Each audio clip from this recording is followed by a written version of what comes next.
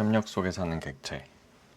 객체 지향 애플리케이션의 윤곽을 결정하는 것은 역할, 책임, 협력이지만 실제로 협력에 참여하는 주체는 객체다.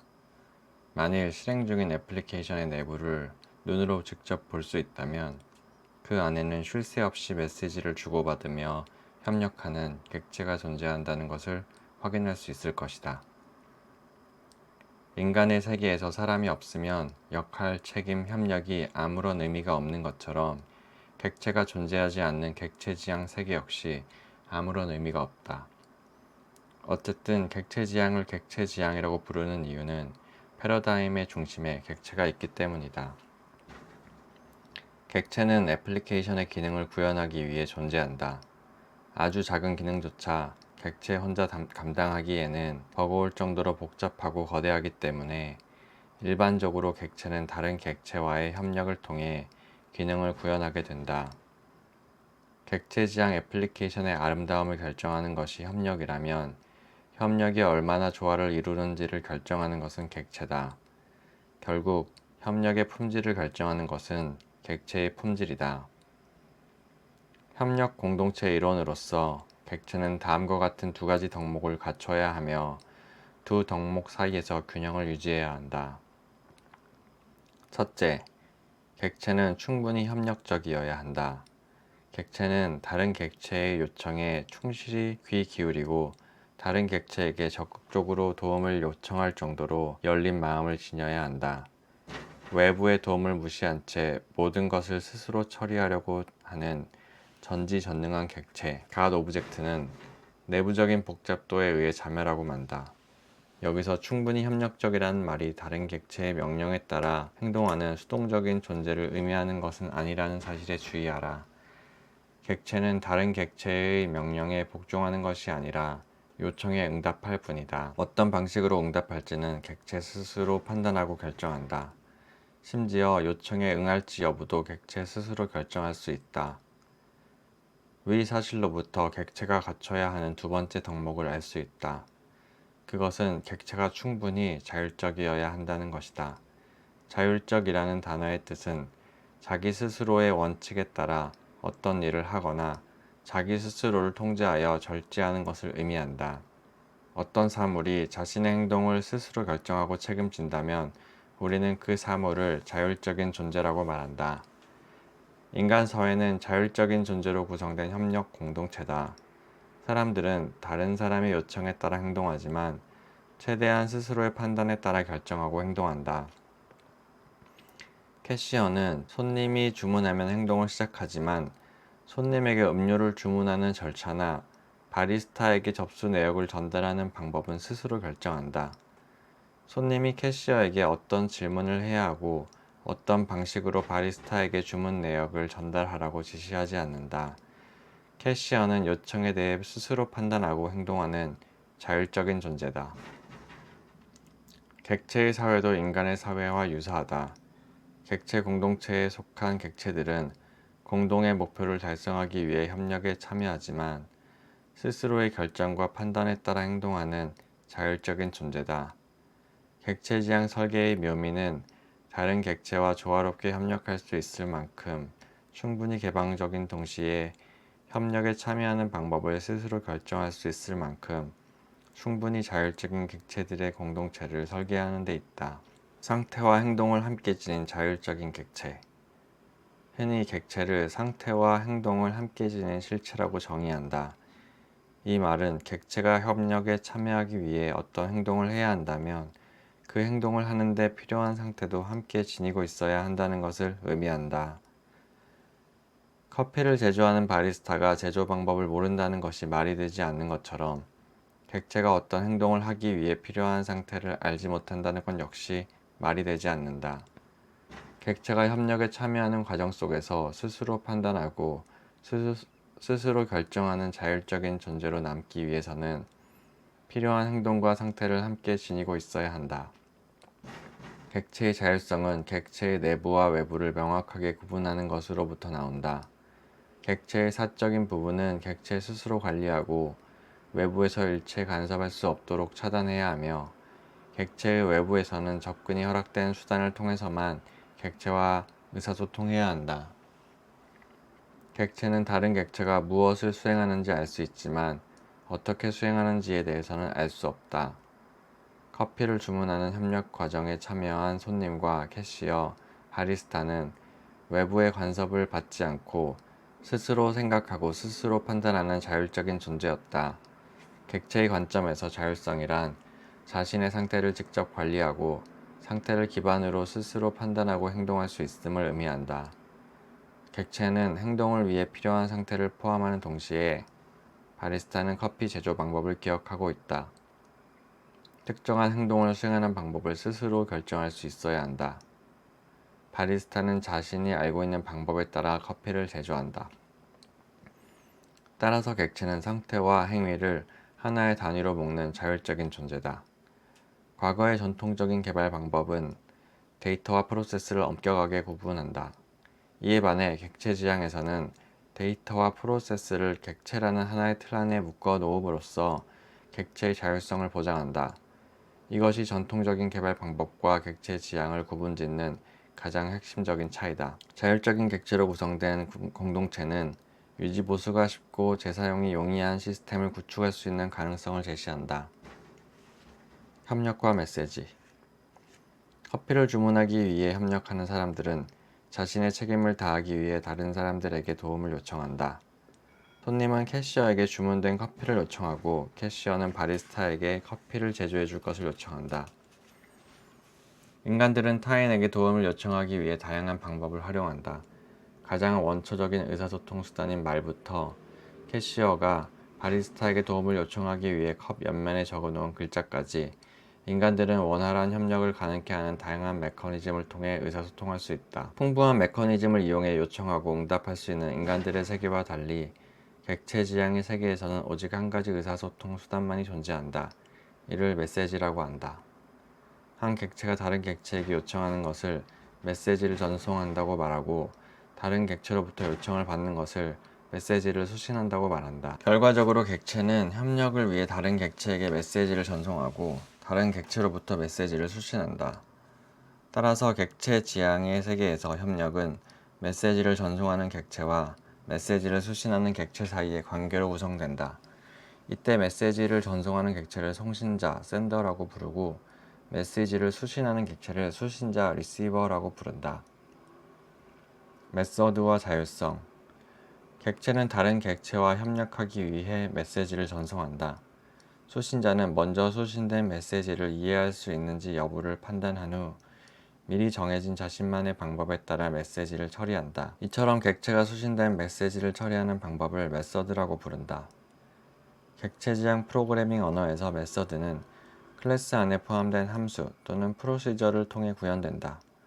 따라서 어떤 객체에게 메시지를 전송하면 결과적으로 메시지에 대응되는 특정 메서드가 실행된다.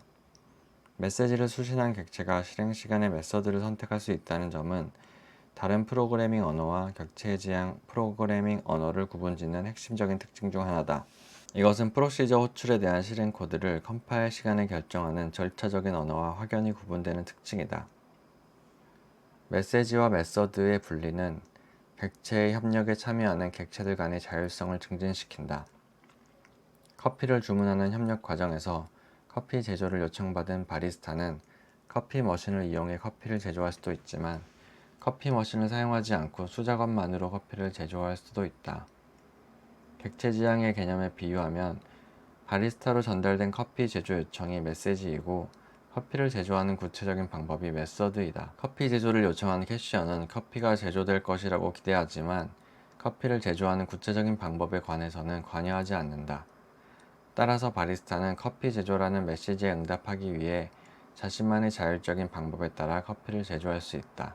외부의 요청이 무엇인지를 표현하는 메시지와 요청을 처리하기 위한 구체적인 방법인 메서드를 분리하는 것은 객체의 자율성을 높이는 핵심 메커니즘이다. 이것은 캡슐화라는 개념과도 깊이 관련돼 있다. 객체 지향의 본질. 그래서 객체 지향이란 무엇인가? 다음은 지금까지 설명한 내용을 모두 종합해서 객체 지향의 개념을 간략하게 정리한 것이다. 비록 아래의 정리가 불완전하고 부정확하기는 하지만 대부분의 사람들이 중요하다고 생각하는 객체 지향의 개념을 포괄하고 있다. 중요한 단어는 굵게 표기했다. 객체 지향이란 시스템을 상호작용하는 자율적인 객체들의 공동체로 바라보고 객체를 이용해 시스템을 분할하는 방법이다. 자율적인 객체란 상태와 행위를 함께 지니며 스스로 자기 자신을 책임지는 객체를 의미한다. 객체는 시스템의 행위를 구현하기 위해 다른 객체와 협력한다. 각 객체는 협력 내에서 정해진 역할을 수행하며 역할은 관련된 책임의 집합이다.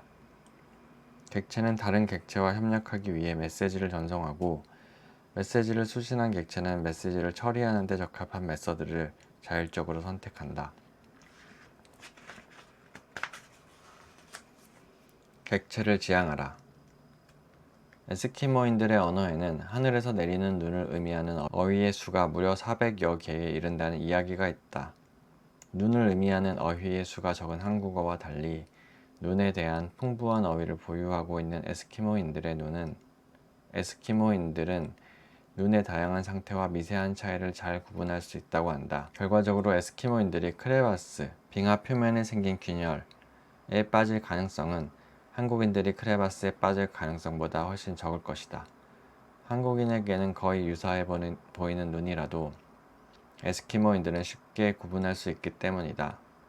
쌓인 눈의 미세한 차이를 담아낼 수 있는 언어체계 덕분에 에스키모인들은 미세한 눈의 차이를 지각할 수 있는 것이다. 에스키모인들의 눈에 대한 이야기는 에드워드 사피어와 벤자민 리워프가 주장한 사피어-워프 가설의 중요한 증거로 제시되었다.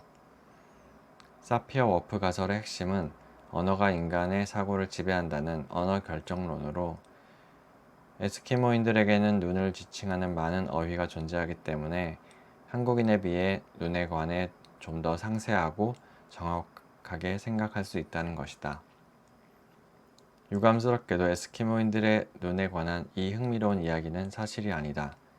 에스키모인들의 언어에서 눈을 가리키는 어휘는 2개에 불과하며 후하게 쳐도 4개에 불과하다는 것이 정설이다.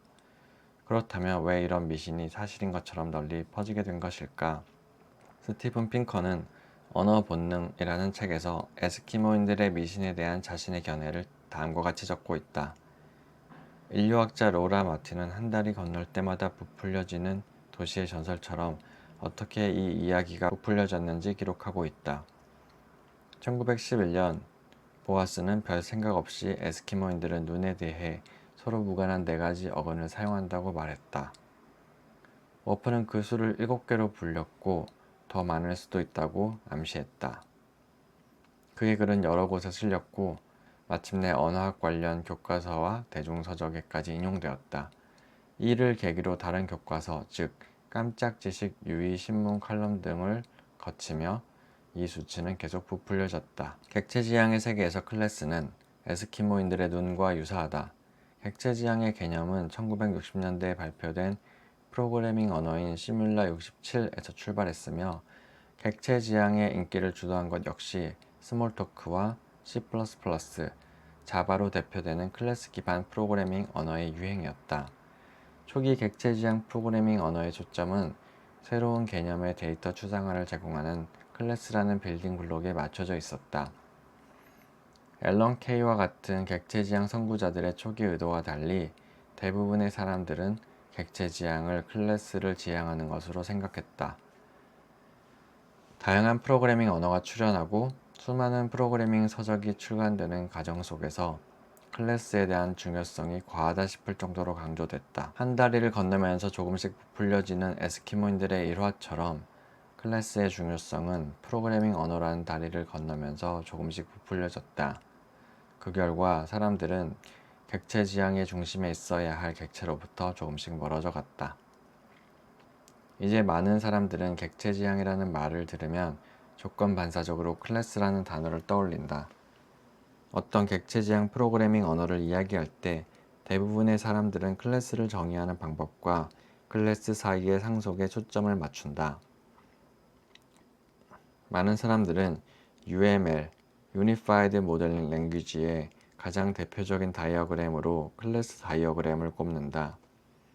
객체 지향 분석 설계의 목적은 훌륭한 클래스를 식별하는 것이라고 배우지 않았던가?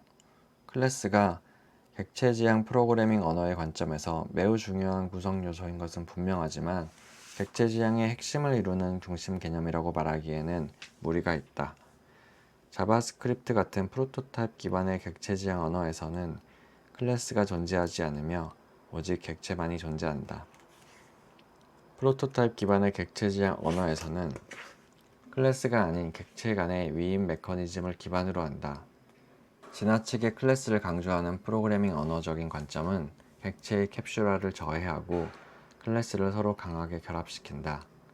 애플리케이션을 협력하는 객체들의 공동체가 아닌 클래스로 구성된 설계도로 보는 관점은 유연하고 확장 가능한 애플리케이션의 구축을 방해한다. 훌륭한 객체 지향 설계자가 되기 위해 거쳐야 할 첫 번째 도전은 코드를 담는 클래스의 관점에서 메시지를 주고받는 객체의 관점으로 사고의 중심을 전환하는 것이다. 중요한 것은 어떤 클래스가 필요한가가 아니라 어떤 객체들이 어떤 메시지를 주고받으며 협력하는가다. 클래스는 객체들의 협력 관계를 코드로 옮기는 도구에 불과하다. 클래스는 객체 지향 세계의 도시 전설이다. 널리 알려진 미신과 달리 객체 지향의 핵심은 클래스가 아니다. 핵심은 적절한 책임을 수행하는 역할 간의 유연하고 견고한 협력 관계를 구축하는 것이다.